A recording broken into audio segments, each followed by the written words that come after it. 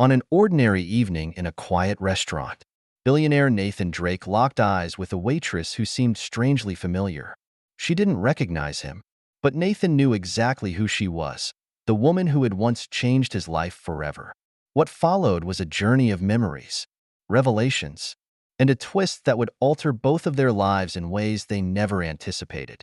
The night was calm, and the city lights shimmered like stars reflected in a river. Nathan stepped out of his sleek black car and paused, looking at the modest restaurant before him. It wasn't the kind of place he usually frequented. As a billionaire tech mogul, he was accustomed to dining in luxurious settings, rooftop restaurants overlooking skylines or exclusive private lounges. Yet something about this cozy, unassuming spot caught his attention, as if it was calling to him. He pushed open the door, greeted by the warm hum of the restaurant. Inside, the air was filled with the aroma of freshly baked bread and sizzling dishes. The soft glow of hanging lights created an inviting atmosphere, and faint jazz music played in the background. It felt different, comfortable, even familiar.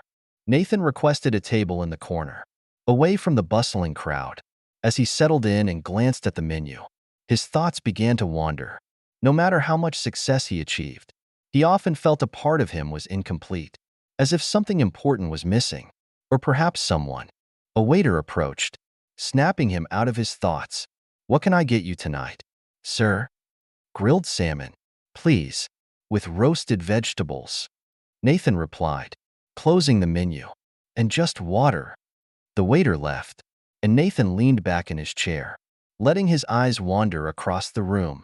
The clinking of glasses and soft murmurs of conversation created a comforting background. His gaze landed on a waitress weaving through the tables, balancing a tray of dishes with practiced ease. Something about her struck him. His heart skipped a beat as he watched her. She seemed familiar. When she finally approached his table with his meal, Nathan's breath caught in his throat. "Here's your order, sir," she said with a polite smile, setting the plate down in front of him. Her voice, her face, it was as if he was looking at a dream he couldn't quite remember. Nathan stared at her, his mind racing. He knew her, but from where? Struggling to place her, he managed to say, "Thank you," though his voice felt distant. She nodded and moved on to the next table, completely unaware of the storm she had just stirred within him. Nathan couldn't eat. His mind raced as he sat there, staring at his plate. He knew her. He knew her. The feeling gnawed at him, a mix of excitement and unease. He glanced at her again, observing the way she interacted with diners. There was a kindness in her demeanor, a patience in how she handled requests, and something else, something that tugged at his heart, like a thread tied to his past. A memory began to surface, a classroom, stacks of books, a gentle voice telling him, "You can do it, Nathan. I believe in you." Could it really be her? The woman who had inspired him as a child, who had believed in him when no one else did. Nathan leaned forward, his heart pounding. He had to know. Raising his hand, he signaled for her to come over. The waitress approached, her expression curious. "Is everything okay with your meal, sir?" she asked kindly. Nathan hesitated. The words felt heavy on his tongue. Finally, he said, "Yes, the meal is perfect, but can I ask you something personal?" She blinked, clearly surprised. "Personal?"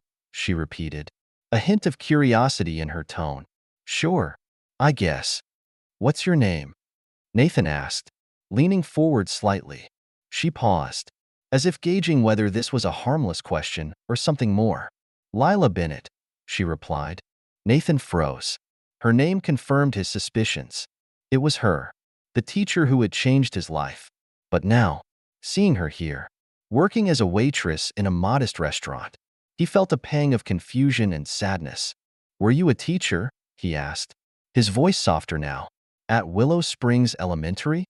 Lila's eyes widened, and she took a small step back, as if someone had uncovered a secret she hadn't shared in years. "Yes," she said slowly, "I was. But that was a long time ago. How do you know that?" Nathan's chest tightened as the moment he had been waiting for finally arrived. He tried to smile, but his emotions threatened to overwhelm him. "You don't remember me, do you?" he asked, his voice trembling slightly. Lila frowned, studying his face. There was something familiar about him, but she couldn't quite place it. I'm sorry, she said honestly. You look familiar, but I can't. Nathan, he said gently. Nathan Drake. I was in your 5th grade class. Her face froze in shock. For a moment, she didn't move. Then recognition dawned, and her hand flew to her mouth. Nathan? Little Nathan? She whispered, her voice breaking. He nodded, a small smile playing on his lips. The very same, although I'm not so little anymore. Lila stared at him, the memories flooding back in waves. She remembered the shy, quiet boy who used to sit in the back of her classroom, barely speaking but always listening. She remembered staying after school to help him with math, encouraging him when he struggled, and trying to draw him out of his shell. Oh my goodness, she finally said, sitting down in the chair across from him without being invited. Her legs felt too shaky to stand. I can't believe it. Nathan Drake. Look at you now. Nathan's smile faltered. It's really me, he said softly. But, Lila, I have to ask, what are you doing here? I thought you'd still be teaching. You always talked about how much you loved it. Lila's expression darkened, and she looked down at her hands. I did love it, she admitted. But life doesn't always go the way you plan. The school cut funding, and I was one of the first to go. After that, I had to find a way to pay the bills. Teaching jobs weren't easy to come by. So, here I am. Nathan's heart sank. He couldn't believe that the woman who had inspired him to chase his dreams had been forced to give up hers. I'm so sorry, he said, his voice filled with genuine regret. You deserve so much better than this. Lila shrugged, trying to smile. It's not so bad.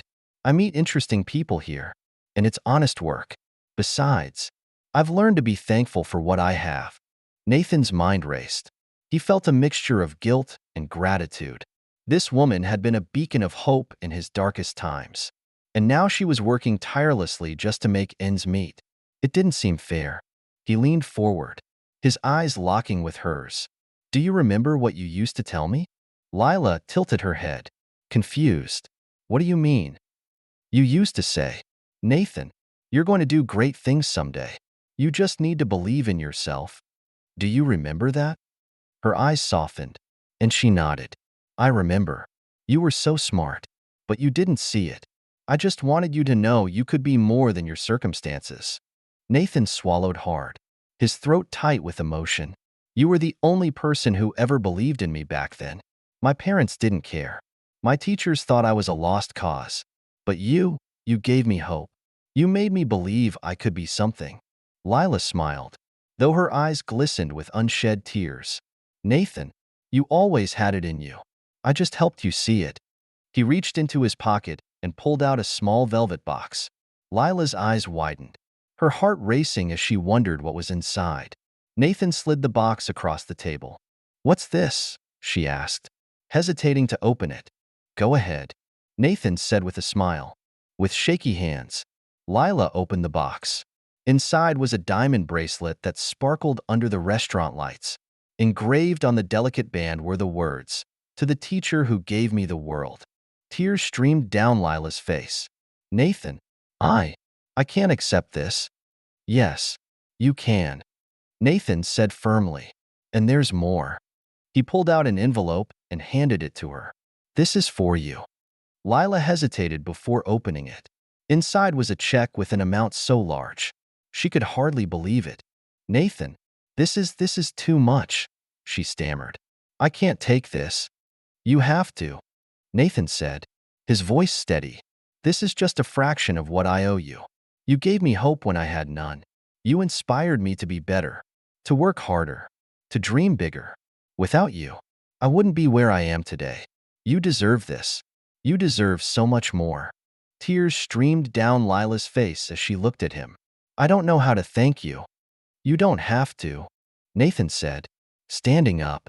Just promise me you'll use it to do something that makes you happy.